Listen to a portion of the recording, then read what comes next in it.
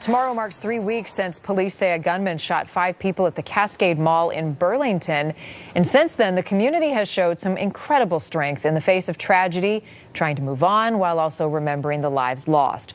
Belinda Galdi, Beatrice Dotson, Sarai Lara, Chuck Egan, and Shayla Martin were killed in that attack. And in the weeks following the shooting, gun shop owners in Skagit County say it is hard for them to keep their shelves stocked because of what has happened at the Cascade Mall. They say the number of conceal and carry permits is way up. Annie Andrews has a closer look at this trend and why some in law enforcement don't think that's a good idea.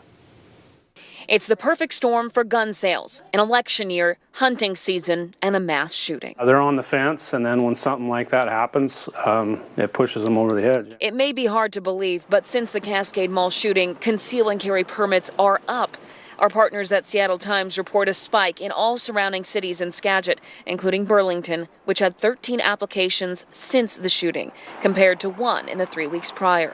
Cedro-Woolley, there were 12 in one day, setting a record, and 16 in Anacortes, 8 times their average. Way too many people hear something like this, and they go out and they get their concealed weapons permit, and they go and they buy a handgun, and they never shoot it, or they shoot it once. And that is not a good scenario. That's not something they should be doing. Although numbers are up, so is education. Jessica Merlino owns Guns and Lace. She trains women to conceal and carry safely. We usually do about 1 a month. We're doing 3 in October. At 10 women a class, that's 30. She calls it a great sign, a change to what some may have seen in the past. The consumer is looking to educate themselves first, and rather than having just a knee-jerk reaction and buy a firearm. I think that is the biggest thing after the events of last Friday, is the awareness of what is possible.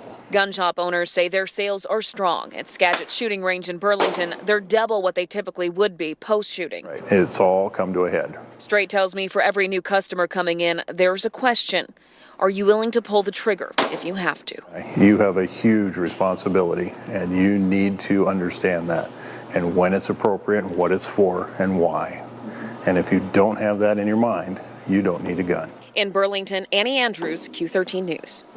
Well, Jessica Merlino says the last time she had to bump her courses to 3 times a month was 2 years ago after the school shooting in Marysville.